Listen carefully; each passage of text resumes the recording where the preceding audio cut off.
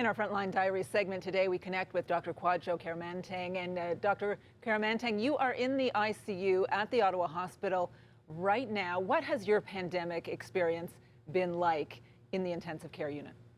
Oh, wow. Patricia, I mean, I don't even know where to start. It's been quite a roller coaster ride. Like, it was extremely nerve-wracking initially, especially when you hear stories of what was going on in Italy and what was going on in New York.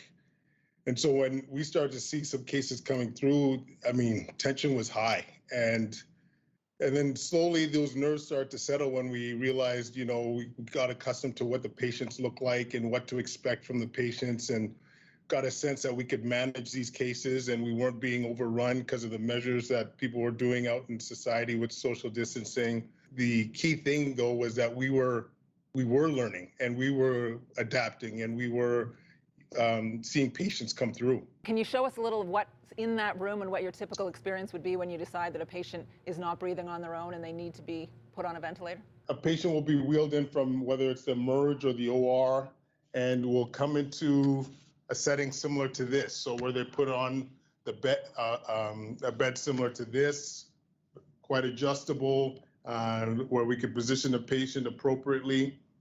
And then we would typically proceed with intubation or putting a patient on a breathing machine or life support.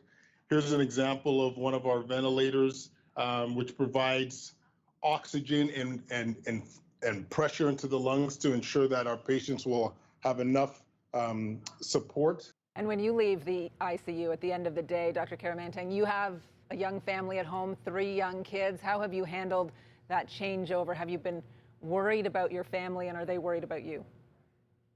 Yeah, I'm extremely blessed with my family. I have an amazing wife, Kathy, who's ironically a psychologist, who you know, is just a huge support. But certainly, you know, the fear of COVID-19, like we just told ourselves, let's control what we can control. You're going to be safe at work, do all the appropriate measures to keep yourself at lowest risk, and we'll deal with it as it comes. But my family's great, though. I got tons of support and couldn't do it without them. That's beautiful. And I think if we asked your coworkers, they'd say you're known for your positive energy. Has it been tough to maintain that through this crazy time? And why do you think it's so important to bring that positive energy to the workplace? Yeah, thanks for bringing that up, Patricia. Personally, it's one of my missions really is to have that positive outlook, because there's so much negativity, so much fear in the media, even now. And I think we are working at our best when we are not stressed, when we're not thinking about the worst case scenario. We're at our best when we are dealing with the task at hand with sound mind. So I've always tried to keep things relatively light at work and smile and make sure people are having a good time. But yeah, it's vital to have that positive outlook on things. Well, Dr. Kwadwo Kyeremanteng, we thank you and your team for what you do, and thanks for being here today.